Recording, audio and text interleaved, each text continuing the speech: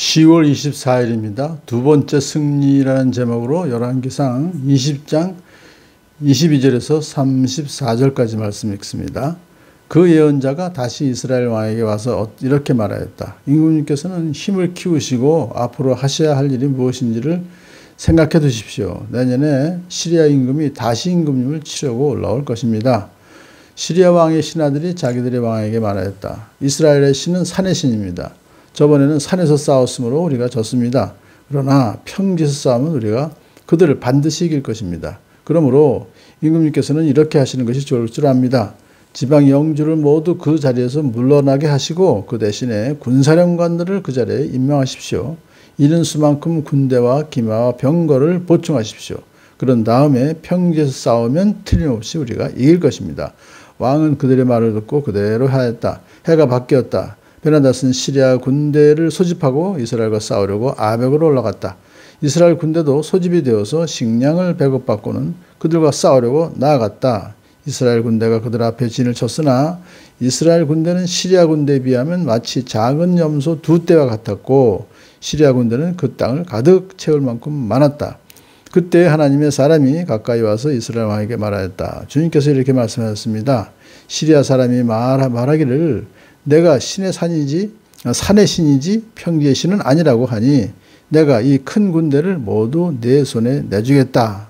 이제 너희는 곧 내가 주인 줄 알게 될 것이다. 양쪽 군대는 서로 대치하여서 이레 동안 진을 치고 있었다. 드디어 이레째 되는 날 전투가 벌어졌는데 이스라엘 군대가 시리아 군대를 쳐서 하루 만에 보병 10만 명을 무찔렀다. 그 나머지는 아벡성으로 도망하였으나 성벽이 무너져서 나머지 2만 7천 명을 덮쳐버렸다. 베나닷도 도망하여서 그 성 안에 어느 골방으로 들어갔다. 그의 신하들이 그에게 말하였다. 이스라엘 왕가의 왕들은 모두 인정이 많은 왕이라고 들었습니다. 우리가 굵은 대로 허리를 묶고 목에 줄을 동여매고 이스라엘 왕 앞에 가면 어쩌면 그가 임금의 생명을 살려줄지도 모릅니다. 그래서 그들은 굵은 대로 허리를 묶고 목에 줄을 동여매고 이스라엘 왕에게 나아가서 왕의 종 베나닷이 제발 목숨만은 살려달라고 애원하고 있습니다 하고 말하니 아합 왕이 말하였다. 아직도 그가 살아있느냐? 그는 나의 형제다. 그들은 이것을 좋은 징조로 여기고 얼른 말을 받아서 대답하였다. 예, 베나닷은 임금의 형제입니다. 그러자 왕이 말하였다. 가서 그를 데려오너라. 베나닷이 아합 왕에게 나오니 왕은 그를 자기 병거에 올라타게 하였다. 베나닷은 아합에게 말하였다. 나의 부친이 왕의 부친에게서 빼앗은 성들을 다 돌려드리겠습니다. 나의 부친이 사마리아 안에 상업 중심지인 광장을 만든 것 같이 임금님께서도 손수 다마스쿠스 안에 그러한 광장들을 만드십시오.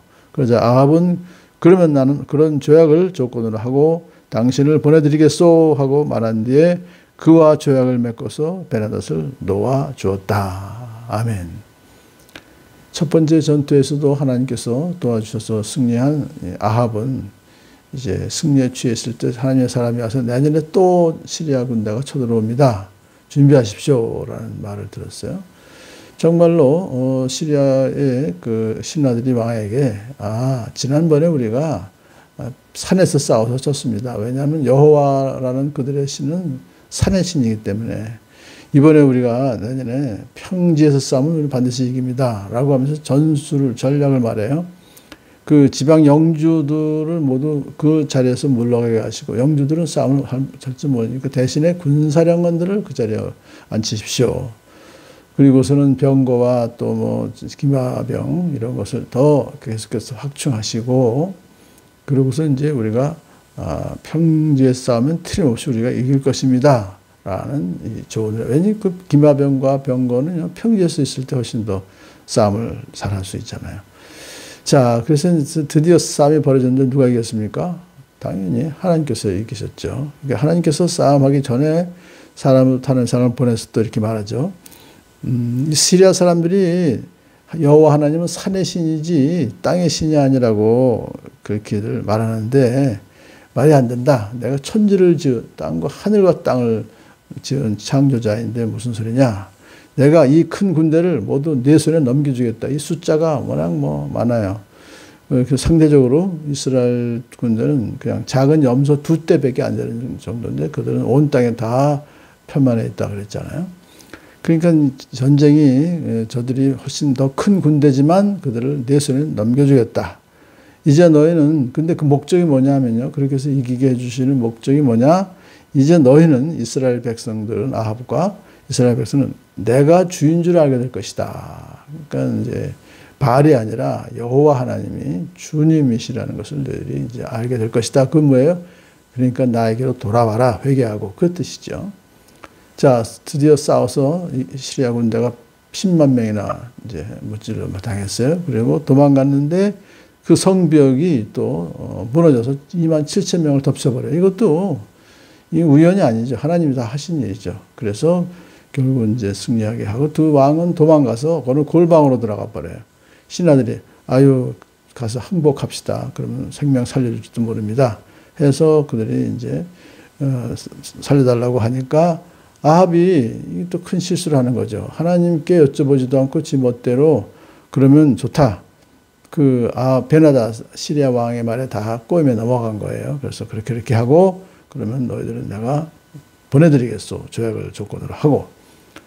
그것은 참 아합은 이번 전쟁은 하나님께서 또 이기게 해주시겠다고 이미 미리 하나님의 사람을 보내서 말씀하셨잖아요. 그러면 승리한 후에도 역시 하나님께 감사하고 신중하게 하나님의 뜻을 여쭤봐야 되는데도 불구하고 자기가 한 양, 자기가 참 잘해서 승리한 양, 거기에 승리감에 도취에 빠져가지고 적장이 와서 살려달라고 하니까 아주 큰 인심 쓰는 것처럼 그래서 또 어떤 거기에 넘어가서 교만해진 그 아합 왕의 모습을 보면서 참 하나님께서 이기해 주신 것은 하나님이 주인인 것을 알게 해 주시기 위함이고 회개하고 돌아오라고 한 것인데 오히려 그는 더 승리가 그를 더 교만하게 해서 하나님을 떠나버린 것이다.